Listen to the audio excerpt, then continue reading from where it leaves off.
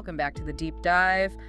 Today we're taking a really unflinching look, I think, at something pretty hidden. Yeah, definitely hidden. It's one of the, maybe, most expensive prices people pay for success in the spotlight. We're talking about systemic humiliation, basically a ritual in modern entertainment. So if you've ever looked at someone really famous, in Hollywood or music and thought, why do they seem less free than me?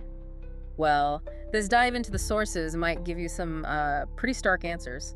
It's a really essential topic, I think, because it forces you and us to really re-examine what success even means in that world. Right. We are talking about a ritual, but like you said, it's not, fire and robes. It's conducted through things like contract law and psychological manipulation and this sort of forced sacrifice of personal autonomy, your integrity even. Wow. Yeah, the sources really lay out these invisible structures of control. They basically transform these high-status people into, high-value commodities. Exactly. And that's our mission here, right? To try and understand these systemic mechanisms, the contractual fine print, the coercion, the psychological games, all the stuff that compels compliance and silence. And when you look at it all together holistically, it really does function like a modern ritual, a kind of subjugation, even for people at the absolute pinnacle of fame. And this brings us to that term the sources use, which is pretty shocking, $1 million slavery. It is provocative, isn't it? But it captures that central paradox perfectly. Yeah. You have this massive financial reward, huge public adoration. Everything everyone thinks they want. Right. But it's coupled with extreme systematic constraint. That assumption we all have, that great wealth equals ultimate freedom. It's deeply challenged here. So we need to unpack this. The sources seem to suggest three main layers of control. That's right. First, the structural stuff, the contracts. Then second, the really insidious psychological grooming and abuse pipelines. And third, the cultural narratives. The stories told around alleged oaths and symbolic compliance, that kind of thing. Okay, let's dive in. We have to start with the money, the contracts, because that seems like the first gate, right? Before any psychological stuff happens, the structure's already in place. Precisely. That first step into the industry, it sounds like you're signing away way more than just a share of the profits. You're basically accepting the terms of this gilded cage, as we're calling it. That's a great way to put it. And that cage, it's often crafted through these standard industry contracts, especially like in the music business. They often catch artists really early when they're desperate, Yeah, eager for a shot. Exactly. And the dynamic is simple, almost crude. We give you access to fame, to wealth, but in return, we control your means of production. We control your financial destiny. That's the foundation of the $1 million slavery idea, then. It is. High reward, massive public success, but significantly diminished autonomy over their work, sometimes even over their own personal finances. Okay, wait, hold on. Sure. For someone listening, they see the huge tours, the mansions, the Grammys. Right, the image of success. Exactly. So how is it possible that someone like that, a global superstar, could actually not have financial freedom? What are they signing away? Okay, so it mainly happens through two big mechanisms in those contracts. First is master ownership. Master ownership, right. The most valuable asset, the actual sound recordings, the label owns them. Yeah. Often for the entire duration of copyright. Which is long. Oh yeah, life of the author plus 70 years, Yeah. typically. So the label has the exclusive right to reproduce, distribute, license those tracks for, everything. Films, ads, compilations, you name it. So the artist is kind of like a really well-paid employee, but the main thing they create belongs to the company. Essentially, yes. That's the legacy control part. Okay. But then there's the second piece, which really cements the financial servitude, as you put it, and that's recoupment. Okay, recoupment. I've heard this term, but let's dig into it. This is key, isn't it? Absolutely fundamental. Recoupment basically means the record label treats everything it spends on the artist as a loan, an interest-bearing loan, often. Everything, like the initial advance. The advance, yes, but also all expenses related to making and promoting the album. Yeah. And I mean, all expenses. Like what? Studio time. Studio time, producer fees, sure. But also marketing costs, music video production, which could be insanely expensive, millions sometimes. Wow. Tour support, if the tour doesn't make money initially. Publicists, stylists, travel costs, promotional dinners.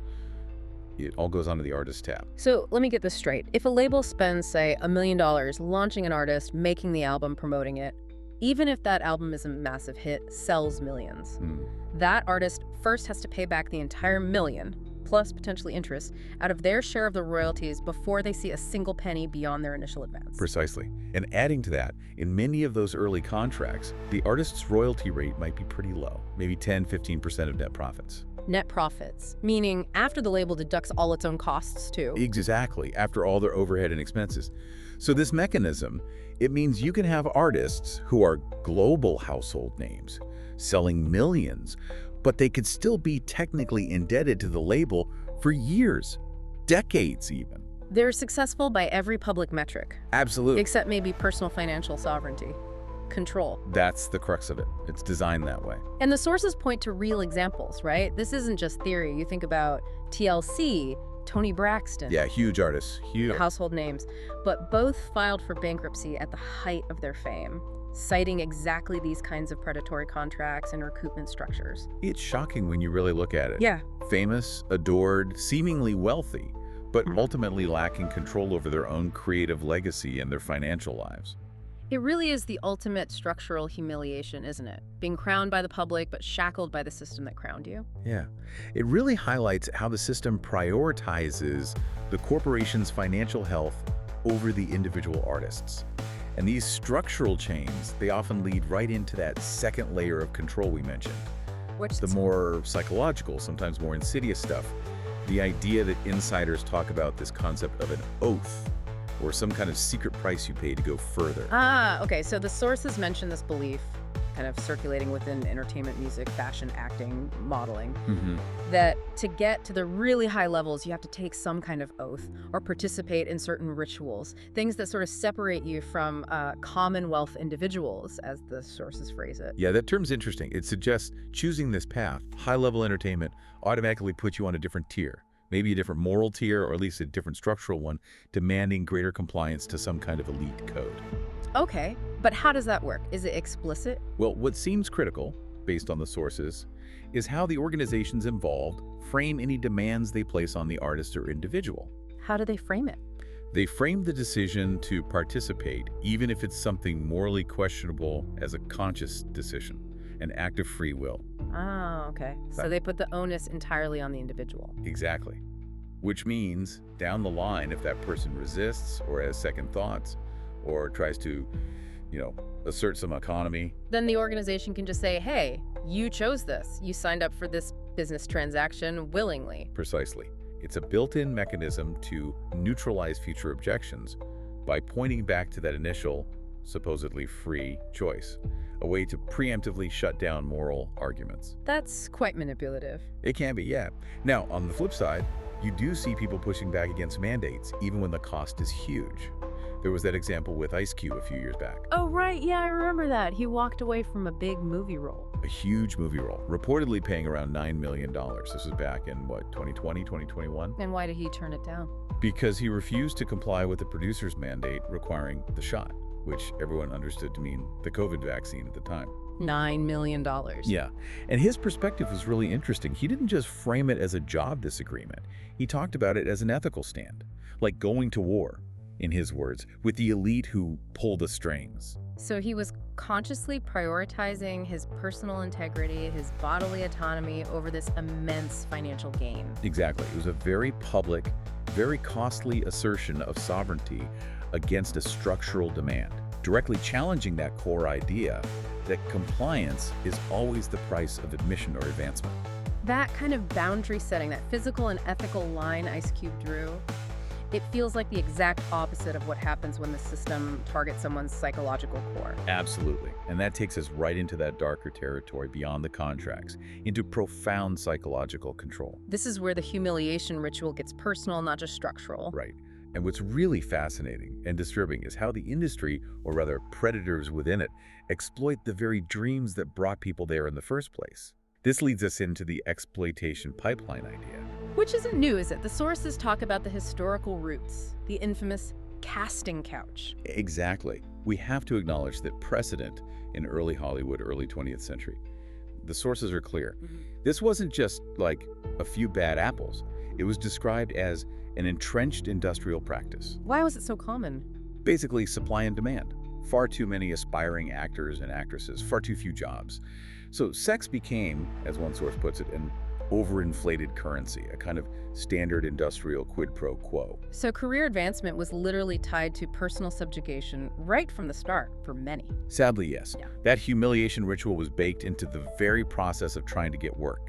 And the modern grooming process, it's really just a more sophisticated, maybe more psychologically refined evolution of that same dynamic. How does it work today, according to the sources? Well, predators identify vulnerable targets. People who are maybe financially insecure, but definitely desperate for fame, for that big break. Then they offer these incredibly enticing opportunities: access, money, connections, the promise of stardom. The bait. The bait, exactly. And the manipulation is gradual. It's not usually immediate demands. They build trust first, establish rapport, maybe act like a mentor. Then slowly, subtly, they start introducing inappropriate requests or situations. And the key is their position. Absolutely critical. The abuser positions themselves as the gatekeeper to the victim's dreams. The victim starts to feel, or is explicitly told, that challenging the abuser, saying no, means destroying their entire career path. Compliance feels like the only way forward. And we've seen this pattern play out in some huge public cases recently. The sources mention Peter Nygaard. Right, who allegedly exploited the dreams of young women looking to make it big in modeling, offering them opportunities, access. And Sean Combs, where victims describe being lured under the pretense of a romantic relationship. Yeah, in both scenarios, the alleged abuser capitalized on the victim's professional hopes and ambitions, blurring those lines between legitimate mentorship or relationship and total personal exploitation and control. So once someone is caught in that web, how is the control maintained? It can't just be the promise of fame forever. No, that's when the coercion mechanisms really kick in. And it's often deeply psychological. Tactics include isolating the victim from family, friends, other professional contacts. Cutting off their support system. Exactly. Establishing total financial dependency is another big one. Making sure the victim relies on the abuser for everything: housing, income, career itself. And then threats. All kinds of threats, from career sabotage, you'll never work in this town again, to public humiliation, like threatening to leak private information or embarrassing photos. And sometimes, sadly, threats of physical harm too. It sounds terrifying, but why do victims sometimes stay in these situations for so long? Years, even decades in some cases. That's a really important question. And a key psychological mechanism the sources highlight is trauma bonding. We really need to unpack this for listeners. Okay, trauma bonding, what is it? It's a powerful, often confusing emotional attachment that a victim forms with their abuser. It happens through these repeated cycles of intense abuse, followed by intermittent rewards or kindness. Like a hot and cold thing. Exactly. Sometimes it's called love bombing. The abuse might be horrific, controlling, demeaning, even violent. But then suddenly the abuser might become incredibly charming, apologetic, shower them with gifts, or offer a fantastic career opportunity. So it messes with your head. Completely. It creates extreme cognitive dissonance. The victim is constantly trying to reconcile the good abuser, the mentor, the lover, the provider, with the bad abusive one. They often develop this misguided sense of loyalty, desperately hoping the good side will eventually win out. That makes sense, sadly. And in the celebrity world, this gets amplified massively, because the abuser isn't just some private individual, they're often a huge public figure. Right, with a carefully managed image. Exactly. A heavily curated public persona that receives constant external validation, millions of fans, awards, positive press. This makes the victim's internal conflict even worse. How can the person the whole world adores be the same person abusing them in private? It makes it incredibly hard to trust your own reality. The public image becomes part of the control mechanism. A huge part. The humiliation is deeply internalized as confusion, self-doubt, even shame. Which leads us to this idea of the elite shield. The sources argue that immense wealth doesn't just buy luxury. No, it creates what's functionally an impenetrable shield around alleged perpetrators. It's what allows these cycles of abuse to sometimes persist for decades without real consequences. How is that shield constructed? What's it made of? Primarily, it's forged through the weaponization of legal and financial power. The single most potent tool is probably the non-disclosure agreement, the NDA. Ah, NDAs. We hear about those all the time. Right. And they're used to silence victims, silence witnesses. Essentially, people are paid off sometimes substantial amounts in exchange for their permanent, legally binding silence. And the sources call this the privatization of justice. What does that mean? It means that instead of alleged crimes being dealt with in a public court, where evidence is presented and accountability is sought openly, it's handled privately, through contracts and settlements. So the truth never comes out. Often, no. Yeah. It prevents law enforcement from potentially gathering evidence for criminal cases. It stops other victims from realizing they aren't alone and coming forward. And it allows the perpetrator to completely evade public and legal scrutiny. They literally buy the silence, buy the truth out of existence. That's incredibly powerful. And beyond NDAs, the legal tactics themselves become a form of warfare. How so? Wealthy perpetrators can afford massive legal teams that are experts in strategic maneuvering, filing endless motions to delay proceedings, requesting mistrials over minor technicalities, burying the opposition in paperwork. A war of attrition. Exactly. It's designed to exhaust the resources and, frankly, the will of prosecutors or the smaller legal teams representing victims. The goal isn't always just to win the case on merits.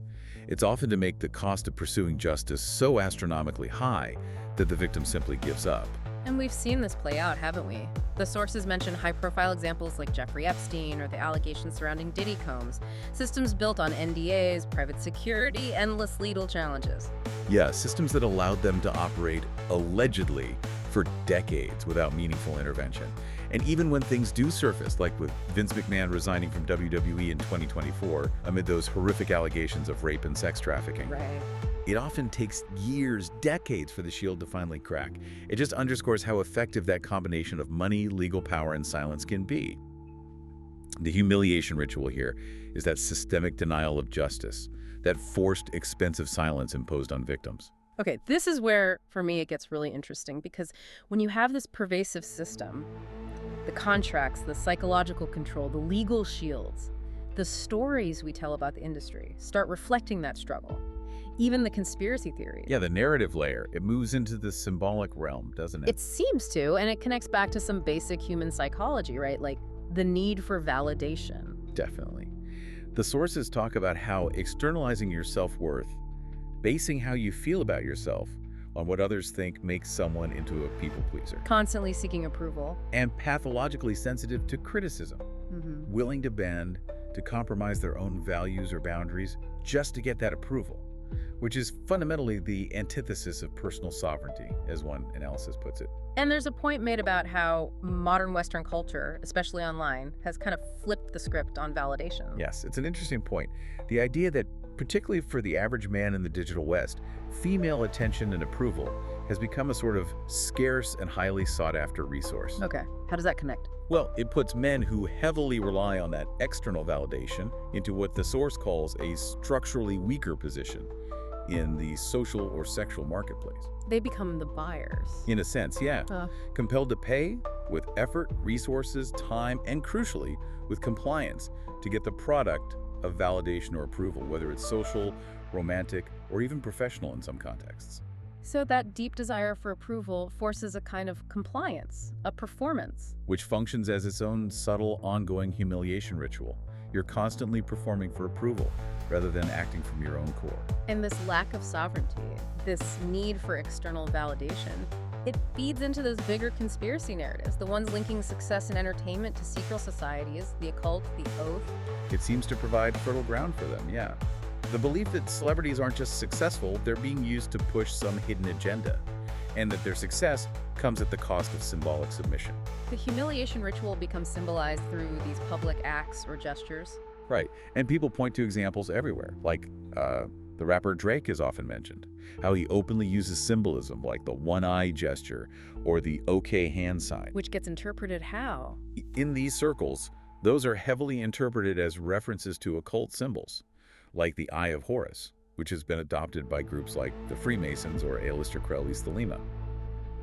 The narrative is that using these symbols is a required signal of compliance, signaling allegiance to the gatekeepers to maintain your status. It's like a hidden language of submission. That's how it's read, yeah.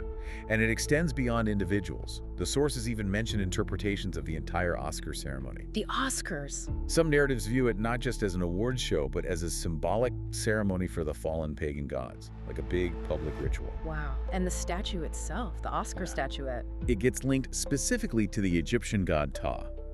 Ptah was seen as a creator god, the grand architect. Yeah. So the idea is, receiving this trophy isn't just an award, it's an act of symbolic self-worship, elevating the human to the level of an idol, participating in what's called neo-pagan idolatry. So the ceremony becomes the annual reinforcement of this whole symbolic order, crowning the human idols. That's the interpretation presented in some of the source material, yes. Yeah.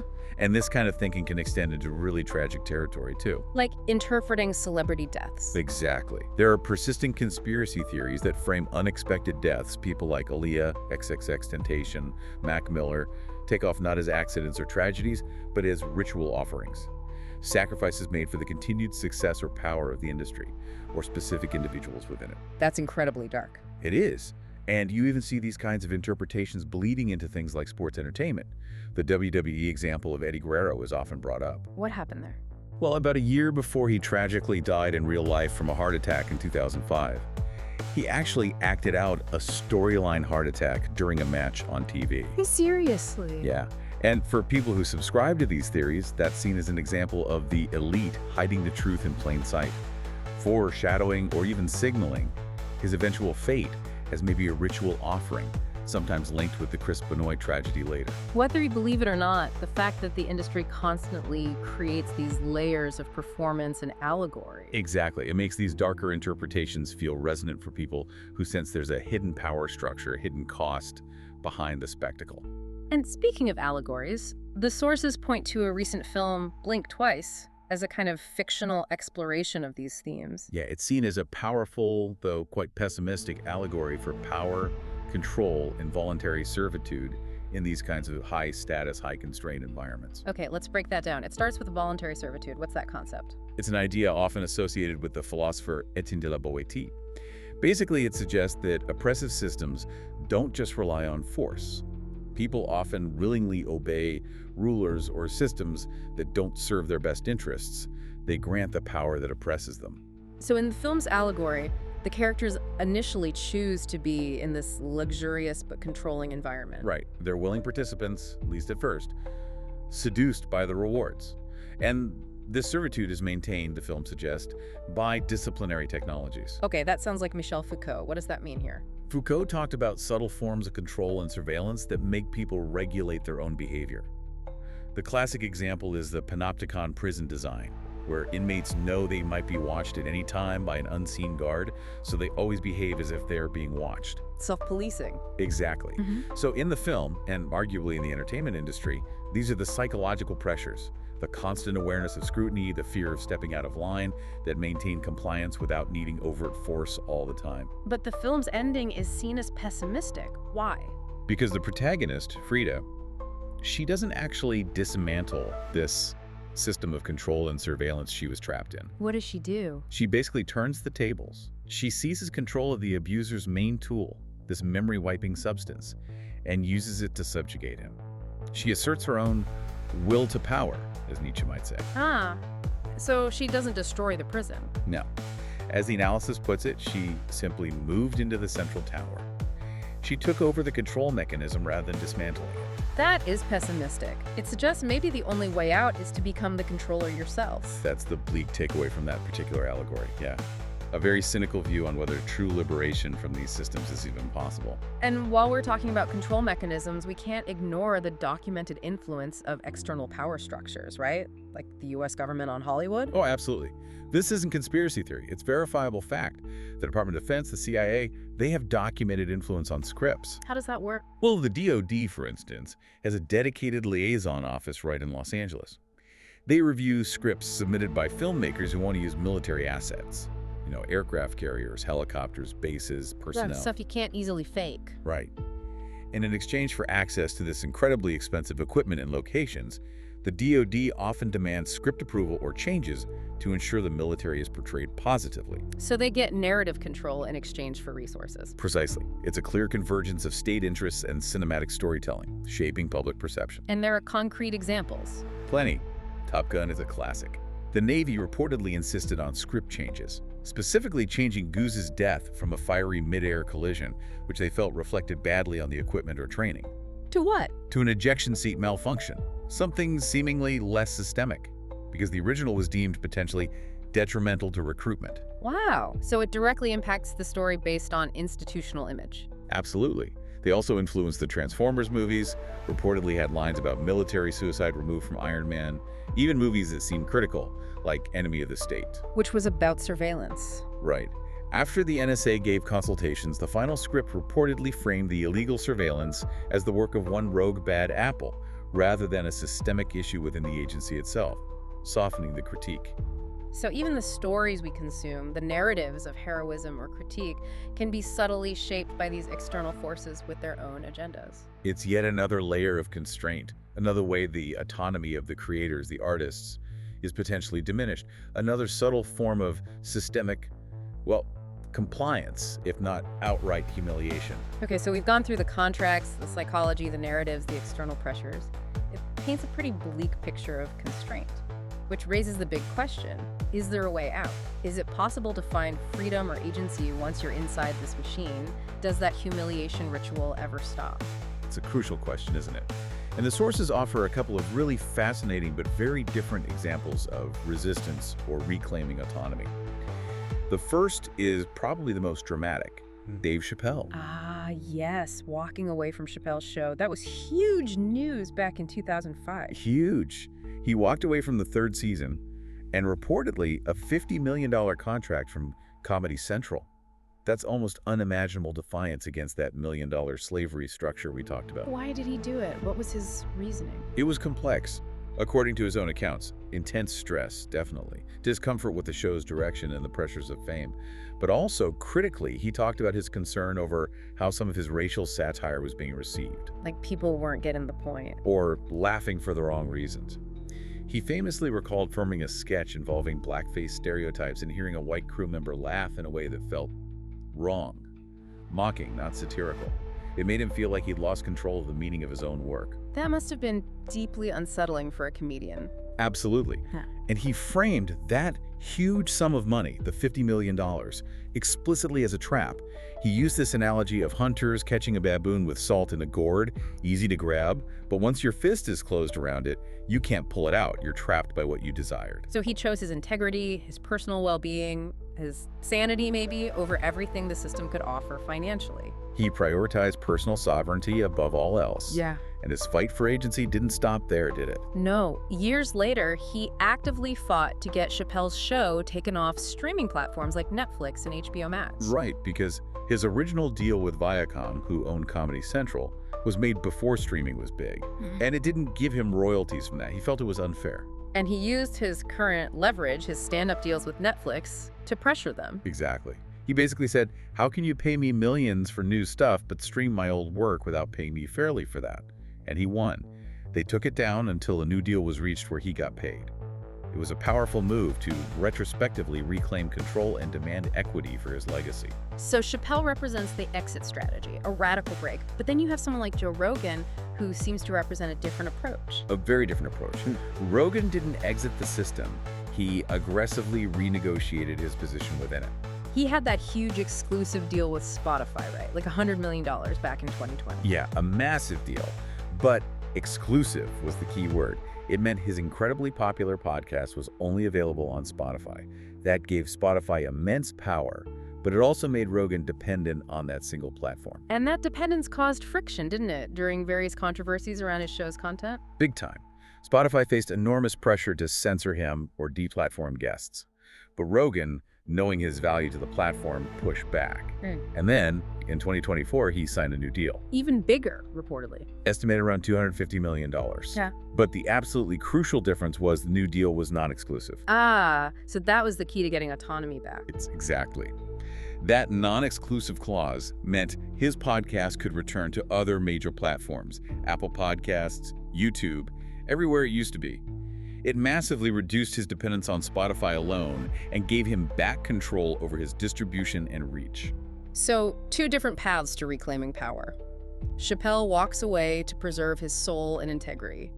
Rogan stays in the game but leverages his immense market value to force the system to give him more freedom, more control over distribution. Precisely. One is a total rejection of the Gilded Cage. The other is finding ways to unlock the door from the inside, or at least make the cage much bigger and less confining. Both represent powerful assertions against the system's constraints, but through very different strategies. Okay, so we've really covered a lot of ground here. We've looked at the whole systematic process, starting with those binding contracts that can create financial servitude. The $1 million slavery. Moving through the psychological manipulation, the grooming, the trauma bonding that keeps people trapped. The exploitation pipelines. And then into the narratives, the symbols, the conspiracy theories, even the government influence that shapes how we understand success and compliance in this world. Yeah. It feels like the core humiliation ritual, as we've been calling it, is really this systematic erosion of the self, the constant pressure to surrender parts of your autonomy, your integrity, your truth, in exchange for the system crowning you. I think that's a really accurate summary. And that erosion inevitably creates this central conflict, doesn't it? This deep tension between trying to maintain some sense of personal authenticity Who you really are. and the relentless demands of cultivating a successful, marketable public persona, a brand. Yeah. The sources are right to say this division is really at the heart of the celebrity system. And maybe that focus on the human idol, as the sources put it, the intense celebration of fame, wealth, influence, maybe it fills a gap. It seems plausible. A kind of spiritual void left by the decline of more traditional institutions or sources of meaning. People look to these famous figures for inspiration, for guidance, for a sense of belonging, which makes the whole spectacle of entertainment and the compliance needed to keep it going about much more than just business. It becomes almost quasi-religious in its intensity. In a way, yeah, this neo-pagan idolatry the sources mentioned. Now, the digital age complicates this further, right? It amplifies the potential for subtle influence, for algorithmic control, for surveillance. But maybe it also creates an opportunity. I think so. The sources hint at this potential for what we could call symbolic literacy. It's basically the skill we've been trying to practice here today. The ability to see behind the curtain. Exactly. To recognize the hidden frameworks, the legal tricks like recoupment and NDAs, the psychological techniques like grooming and trauma bonding, the way narratives are shaped, the meaning behind the symbols. To see the mechanisms of persuasion and control at play. Right. And that leads us to the final thought, the challenge for you, the listener. Which is? How can you use this symbolic literacy? How can recognizing these patterns, the archetypes, the contractual traps, the state influence, the signs of compliance, how can that understanding transform you? From just a passive consumer of the spectacle. Into an active, critical interpreter. Right. Someone who understands the rules of the game, even if you're not playing it at that level. Because achieving that kind of critical awareness, that understanding of how these systems work, that in itself is a form of personal sovereignty. Even if you're never famous, understanding the cage gives you a measure of freedom from its illusions. Well put. The fight for autonomy, even just intellectual autonomy, in the face of these powerful systems, really begins with recognizing the chains, even the gilded ones that bind those who appear to be the most free. A powerful place to leave it. Thank you for joining us for the deep dive. Orion Aura, delivering the collaborative call to assembly.